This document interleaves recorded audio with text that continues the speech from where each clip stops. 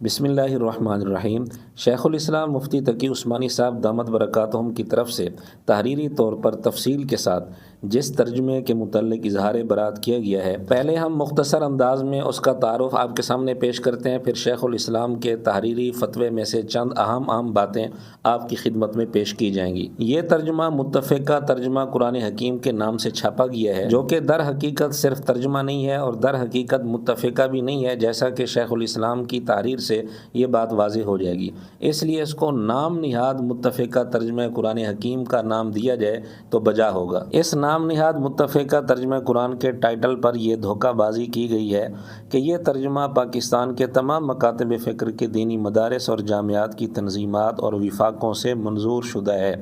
یعنی تمام تنظیمات نے، تمام مکاتب فکر نے اس پر اتفاق کیا ہوا ہے، جبکہ یہ در حقیقت دھوکہ بازی ہے، جیسا کہ شیخ الاسلام کی تحریر سے یہ بات واضح ہو جائے گی۔ اور اسی سے ملتا جلتا مواد مطالعہ قرآن حکیم کے نام سے بھی چھاپا گیا ہے 7 حصوں میں، اور اس میں بھی اسی طرح بڑے علماء کا نام استعمال کر کے دھوکہ بازی کی گئی ہے۔ خیر، فی الحال ہم بات کر رہے ہیں متفقہ ترجمہ قرآن کے نام سے جو کچھ چھاپا گیا ہے اس کی۔ یہ ترجمہ شجاع الدین شیخ اور ان کے ادارہ دی علم فاؤنڈیشن کراچی کی نگرانی میں چھاپا گیا ہے، لیکن ٹائٹل پر اس ادارے کا نام نہیں لکھا گیا۔ البتہ اندر کے صفحات میں اس کا تعارف کرواتے ہوئے واضح طور پر اعتراف کیا گیا ہے کہ یہ سارا کام دی علم فاؤنڈیشن کراچی کے زیر اہتمام ہوا ہے، اور اس کی اہمیت بڑھانے کے لیے تمام مکاتب فکر کے مشہور اور بڑے علماء کے نام استعمال کیے گئے ہیں۔ انہی میں سے ایک نام شیخ الاسلام مفتی تقی عثمانی صاحب کا بھی ہے، ان کا نام بھی استعمال کیا گیا، لیکن جب شیخ الاسلام کو اس کی حقیقت کا اور دھوکے بازیوں کا علم ہوا تو شیخ الاسلام نے تحریری طور پر تفصیل کے ساتھ اس بارے میں وضاحت فرمائی، اور 8 صفحوں پر مشتمل وہ وضاحت منظر عام پر آ چکی ہے، جس کے چند اہم حصے ہم آپ کے سامنے پیش کرتے ہیں۔ شیخ الاسلام لکھتے ہیں، سن 2016 میں جب بندہ وفاق المدارس العربیہ پاکستان کا صدر نہیں تھا، بندہ کے سامنے بچوں کے پڑھانے کے لیے مطالعہ قرآن حکیم کے نام سے 5 اجزاء پر مشتمل ایک کتاب پیش کی گئی۔ اس وقت اسے کسی متفقہ ترجمہ قرآن کے طور پر ظاہر نہیں کیا گیا تھا، اس وقت بندہ نے حسب ذیل تحریر لکھ کر دی۔ اب شیخ الاسلام کی وہ تحریر بچوں کے لیے تیار کردہ اس نصاب کے متعلق تھی، لیکن انہوں نے وہی تحریر، وہی تقریض متفقہ ترجمہ قرآن میں لگا دی۔ اس لیے شیخ الاسلام نے لکھا کہ اس تحریر سے واضح ہے کہ جس کتاب پر یہ تبصرہ کیا گیا ہے وہ ترجمہ قرآن کریم نہیں ہے، بلکہ اس کا مقصد قرآن کریم سے مناسبت اور اس کی بنیادی تعلیمات آسان انداز میں پیش کرنا ہے۔ اسی تحریر میں بندہ نے یہ بھی لکھا تھا کہ بندہ پوری کتاب کا مطالعہ نہیں کر سکا۔ پھر لکھتے ہیں کہ اس تحریر کے عرصہ دراز کے بعد بندہ کے علم میں آیا کہ اتحاد تنظیمات مدارس دینیہ پاکستان نے کوئی کمیٹی قائم کی جس میں تمام مکاتب فکر کے نمائندے موجود تھے، اور انہوں نے قرآن مجید کا ترجمہ باہمی اتفاق سے تیار کیا ہے، اور اس پر بندے کی مذکورہ بالا تحریر مختصر کر کے تقریض کے طور پر شامل کی گئی،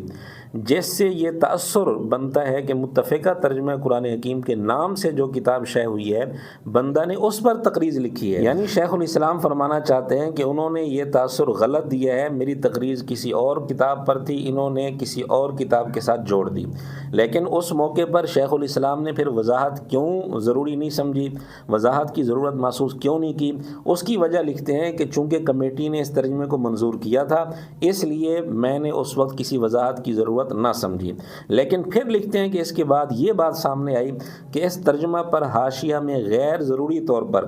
بعض مسالے کی ایسی کتابوں کے حوالے دیے گئے ہیں جو اہل سنت کے نقطہ نظر سے سخت قابل اعتراض ہیں۔ پھر شیخ الاسلام لکھتے ہیں کہ اس پر ملک بھر سے علماء اہل سنت کی طرف سے اعتراض ہوا، تو پھر دی علم فاؤنڈیشن ادارے کے ڈائریکٹر جناب شجاع الدین شیخ صاحب نے ایک خط میں بندہ سے سوال کیا کہ اگر یہ حوالے کتاب سے حذف کر دیے جائیں تو کیا اس سے اعتراضات ختم ہو جائیں گے؟ تو شیخ الاسلام لکھتے ہیں کہ میں نے جواب میں لکھا کہ اگر حوالے حذف کر دیے جائیں تو پھر میرے نزدیک کوئی معنی نہیں ہے، لیکن پھر شیخ الاسلام کہتے ہیں کہ میں نے یہ تبصرہ اسی اعتماد پر کیا تھا کہ کمیٹی نے چونکہ یہ ترجمہ مرتب کیا اور سب کا چونکہ اتفاق ہے اور اعتراض چونکہ حوالوں پر آ رہا ہے، اس لیے میں نے یہ بات لکھ دی تھی۔ لیکن شیخ الاسلام کہتے ہیں کہ بعد میں پھر معلوم ہوا کہ ترجمہ کے ساتھ بہت ساری تشریحات بھی شامل کی گئی ہیں اور ان میں متعدد غلطیاں بھی ہیں۔ اب ظاہری بات ہے، ذہن میں ایک بات آتی ہے کہ ادھر غلطیاں بھی ہیں اور ادھر کمیٹی کے اندر علماء دیوبند کی طرف سے مولانا منظور احمد مینگل صاحب بھی شامل تھے، تو اس لیے شیخ الاسلام کہتے ہیں کہ میں نے پھر صحیح صورتحال معلوم کرنے کے لیے مینگل صاحب کے نام خط لکھا، اور انہوں نے پھر جو جواب دیا، یعنی شیخ الاسلام کا خط پھر مینگل صاحب کی طرف سے جواب، وہ دونوں شیخ الاسلام کی اس تحریر میں موجود ہیں، اور مینگل صاحب نے جواب میں ان دھوکہ بازیوں کا تذکرہ کیا ہے جو ان سے کی گئی تھیں اور ان کا نام استعمال کیا گیا تھا۔ مینگل صاحب کا جواب پھر کسی کلپ میں آپ کے سامنے پڑھ کر سنائیں گے۔ بہرحال یہ جواب لکھنے کے بعد، نقل کرنے کے بعد، شیخ الاسلام لکھتے ہیں کہ جناب مولانا منظور بینگل صاحب کے جواب سے بندہ کو پہلی بار معلوم ہوا کہ یہ کام صرف قرآن کریم کے ترجمہ کا نہیں تھا، بلکہ اس کے ساتھ تشریحی حواشی بھی بڑھائے گئے تھے اور ان میں مختلف مسالے کے اختلاف آراء کا بھی ذکر کیا گیا تھا، بالخصوص اہل تشیع کی تفسیروں کو بھی شامل کیا گیا تھا۔ مثلا سورہ نساء کی آیت نمبر 59 میں لکھا گیا ہے کہ اہل تشیع کے نزدیک اولی الامر کا مصداق 12 امام ہیں۔ نیز سورہ معارج کے شان نزول کے بارے میں بھی غیر مستند روایات ذکر کر دی گئی ہیں جو مطالعہ قرآن حکیم پر بندہ کی تحریر کے وقت بھی شامل نہیں تھیں، اور بعد میں اس کے اضافہ کی بندہ کو اطلاع بھی نہیں دی گئی۔ ناظرین، یہ جملہ انتہائی قابل غور ہے کہ اس ادارے نے کس طرح دھوکہ بازی سے کام لیا،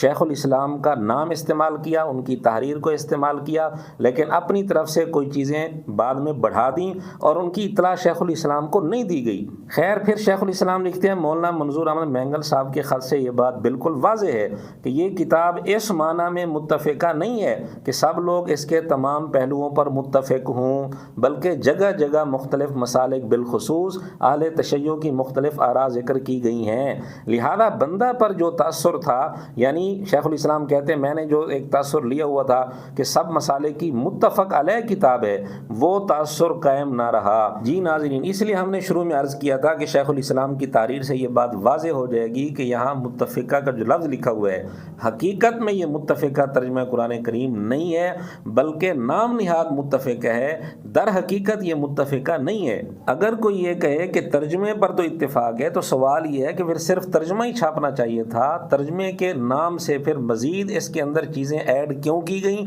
اور شیخ الاسلام کا نام استعمال بھی کیا گیا اور ان کو اطلاع بھی نہیں کی گئی۔ بہرحال شیخ الاسلام لکھتے ہیں کہ میرے ذہن میں جو تاثر تھا کہ یہ سب مسالے کی متفق علیہ کتاب ہے، وہ تاثر ختم ہو گیا، اور یہ بات بھی میرے علم میں آئی کہ اس کتاب کو مختلف ناموں سے، مختلف تبدیلیوں کے ساتھ، مختلف اداروں سے شائع کیا جاتا رہا ہے، اور بندہ کی مذکورہ بالا تحریر کو ہر ایڈیشن میں بطور تقریر شامل کیا گیا ہے، یعنی یہ دھوکہ کیا گیا ہے، دھوکے بازی سے کام لیا گیا ہے۔ اور پھر آگے لکھتے ہیں کہ اسے مساجد میں بھی یہ کہہ کر تقسیم کیا جا رہا ہے کہ اس متفقہ ترجمے کے بعد اب کسی اور ترجمے کی ضرورت نہیں، مساجد میں اسی کو رکھا جائے، یعنی اس ادارے کی طرف سے اس طرح دھوکے سے کام لیا جا رہا ہے۔ پھر آگے شیخ الاسلام لکھتے ہیں مندرجہ بالا وجوہ کی بنا پر بندہ مطالعہ قرآن حکیم یا متفقہ ترجمہ قرآن حکیم کے نام سے جو کتابیں یا اس کے مختلف ایڈیشن شائع ہوئے ہیں ان سے برات کا اظہار کرتا ہے، اور سن 2016 میں بندہ نے جو تحریر لکھی تھی وہ اس صورتحال سے بالکل مختلف تھی جو اب ظاہر ہوئی ہے۔